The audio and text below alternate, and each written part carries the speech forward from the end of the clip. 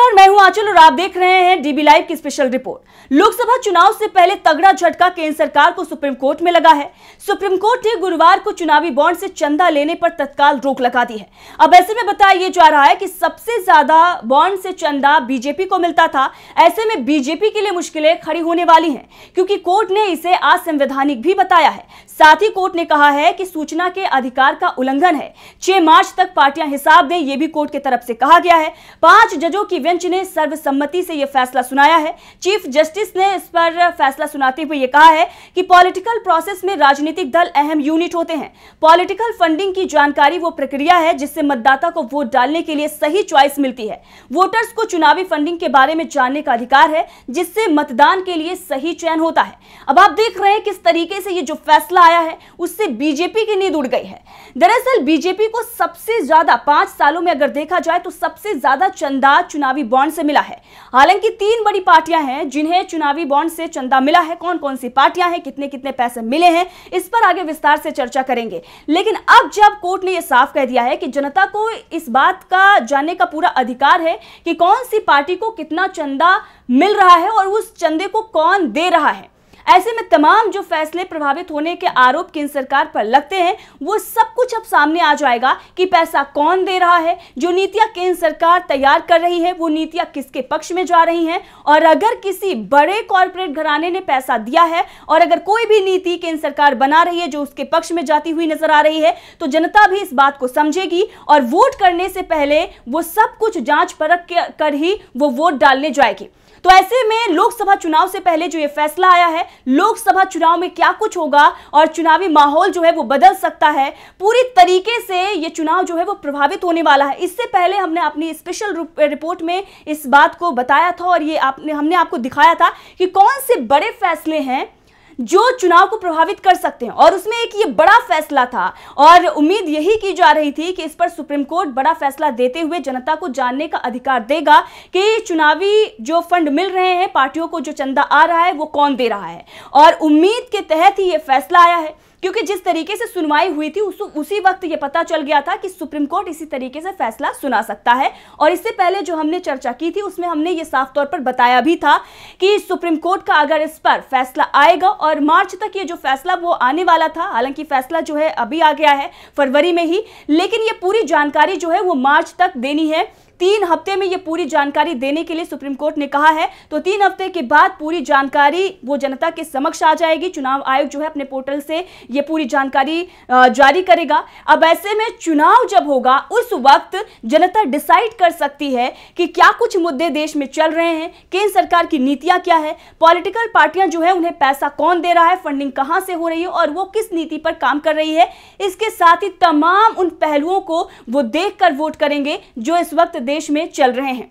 अब ऐसे में जो फैसला आया उसमें सीजेवाई चंद्रचूड़ ने जो अहम फैसला सुनाया है, जो टिप्पणी उन्होंने की है वो बेहद ही महत्वपूर्ण मानी जा रही है। सीजेआई चंद्रचूड़ का यह कहना है कि चुनावी बॉन्ड योजना अनुच्छेद 19(1)(a) का उल्लंघन है और असंवैधानिक है, जबकि केंद्र सरकार जो है वो बार बार इस बात को कोर्ट में दोहरा रही थी और ये कह रही थी कि जनता को जानने का हक नहीं है कि पॉलिटिकल पार्टियों को पैसे कहां से मिल रहे हैं। लेकिन इस पर सीजेआई ने ये कहा है कि कंपनी अधिनियम में संशोधन असंवैधानिक है और जारीकर्ता बैंक तुरंत चुनावी बॉन्ड जारी करना बंद कर देगा। एक तरीके से जो उनका फैसला आया उसके बाद एसबीआई को यह आदेश दिया गया है। कोर्ट ने एसबीआई को यह कहा है कि भारतीय चुनाव आयोग को 2019 में योजना के अंतरिम आदेश से लेकर वर्तमान तिथि तक राजनीतिक दलों द्वारा प्राप्त सभी चुनावी बॉन्ड योगदान के विस्तृत रिकॉर्ड प्रदान करे। इसके साथ ही सीजेआई चंद्रचूड़ ने यह भी कहा कि एसबीआई चुनावी बॉन्ड के माध्यम से दान का विवरण और योगदान प्राप्त करने वाले राजनीतिक दलों का विवरण प्रस्तुत करेगा। एसबीआई राजनीतिक दलों द्वारा भुनाए गए चुनावी बॉन्ड का विवरण चुनाव आयोग को प्रस्तुत करेगा। चुनाव आयोग इन विवरणों को 31 मार्च 2024 तक वेबसाइट पर प्रकाशित करेगा, यानी कि 31 मार्च तक ये पूरी जानकारी जो है वो पोर्टल पर आ जाएगी। ऐसे में जनता के पास ये पूरी जानकारी होगी। हालांकि जिस तरीके से ये फैसला आया है और इससे पहले 31 अक्टूबर को पहले दिन की जो सुनवाई हुई थी उसमें जो दलीलें दी गई थी वो भी बेहद महत्वपूर्ण थी। दरअसल चुनावी बॉन्ड स्कीम मामले में 31 अक्टूबर 2023 को सुप्रीम कोर्ट में पहले दिन की सुनवाई हुई थी और अटॉर्नी जनरल आर वेंकट रमणी, केंद्र सरकार की तरफ से सुप्रीम कोर्ट में पेश हुए थे, जबकि सीनियर एडवोकेट कपिल सिब्बल, प्रशांत भूषण और विजय हंसारिया ने याचिकाकर्ताओं की तरफ से पैरवी की थी। और उस वक्त प्रशांत भूषण ने यह कहा था कि यह बॉन्ड केवल रिश्वत है जो सरकारी फैसलों को प्रभावित करते हैं। नागरिकों को यह जानने का हक है कि किस पार्टी को पैसा कहां से मिला है। Chief justice D Y Chandrachud, justice Sanjiv Khanna, justice BR Gavai, justice JB Pardiwala और जस्टिस मनोज मिश्रा की बेंच मामले की सुनवाई कर रही थी। और इसमें केंद्र सरकार ने 2 जनवरी 2018 को बॉन्ड स्कीम को नोटिफाई किया था। उस सारे मुद्दे पर चर्चा हुई और स्कीम के प्रावधानों के मुताबिक जो चुनावी बॉन्ड को कोई भी नागरिक जो है अकेले या किसी के साथ मिलकर खरीद सकता है। और सुनवाई से पहले वेंकट रमणी ने कहा था कि नागरिकों को पार्टियों का इनकम सोर्स जानने का कोई अधिकार नहीं है। और इस मामले में 4 याचिकाएं दायर की गई थी। इसमें कांग्रेस नेता जया ठाकुर और CPM की पिटीशंस भी थी। और उस वक्त जब 31 अक्टूबर को इस मामले की जब सुनवाई चल रही थी, उस वक्त प्रशांत भूषण ने जो दलीलें दी थी वो बहुत ही महत्वपूर्ण थी।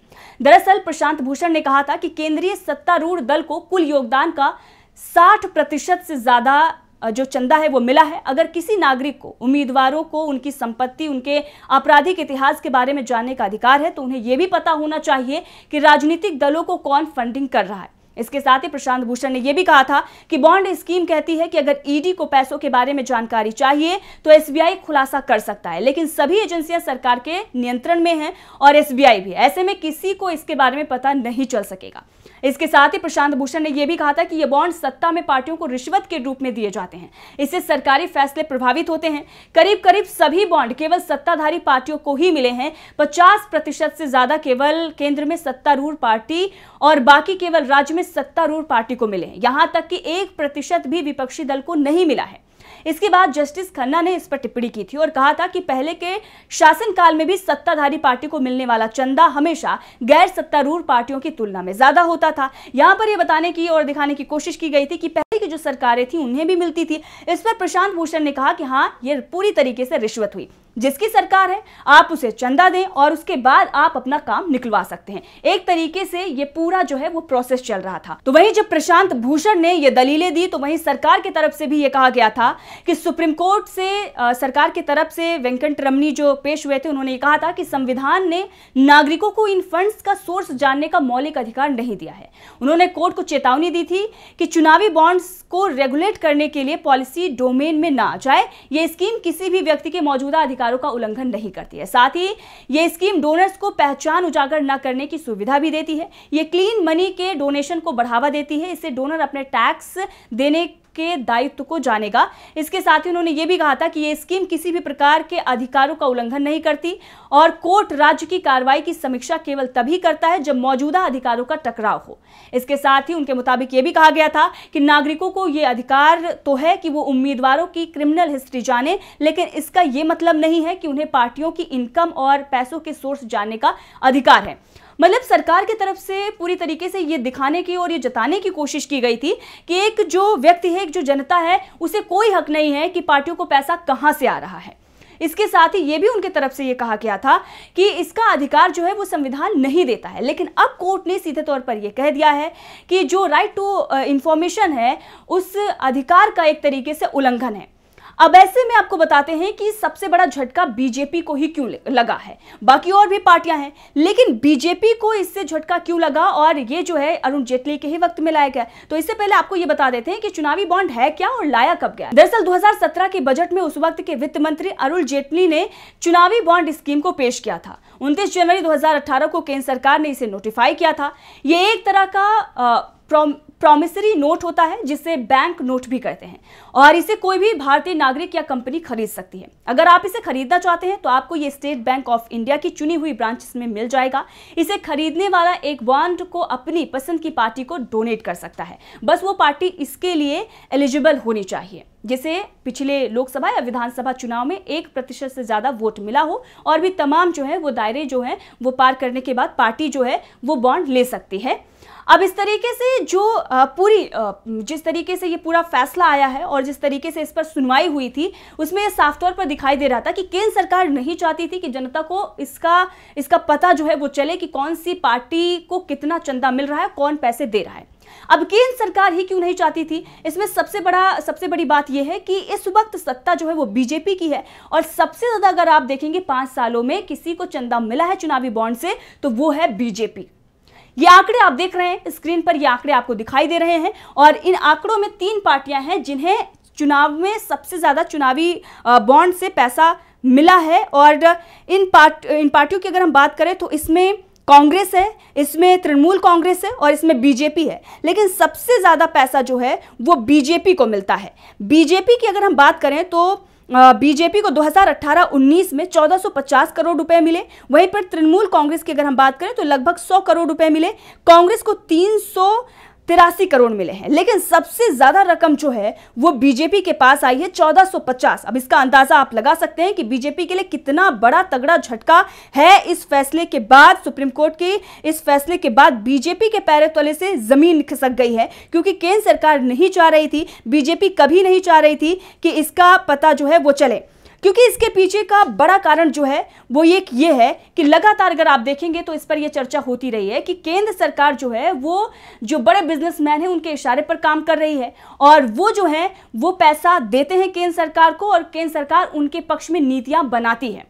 दरअसल विपक्षी पार्टियां जो लगातार बीजेपी सरकार पर, जो केंद्र सरकार है उस पर ये आरोप लगाते आ रहे हैं, अंबानी अडानी के लिए बीजेपी सरकार काम कर रही है, मोदी सरकार काम कर रही है। अब ऐसे में अगर ये पारदर्शिता होगी कि कौन पैसा दे रहा है तो पता चल जाएगा कि कहां से पैसा बीजेपी के पास आ रहा है और इतनी भारी रकम बीजेपी को दे कौन रहा है। इसके साथ ही अगर आंकड़ा जो है आप स्क्रीन पर देख रहे हैं 2019-20 की बात करें तो इस वक्त सबसे ज्यादा जो है पैसा बीजेपी को मिला है। 2555 करोड़ रुपए जो है वो बीजेपी को मिले हैं। तृणमूल कांग्रेस को 100 करोड़ और कांग्रेस को 318 करोड़।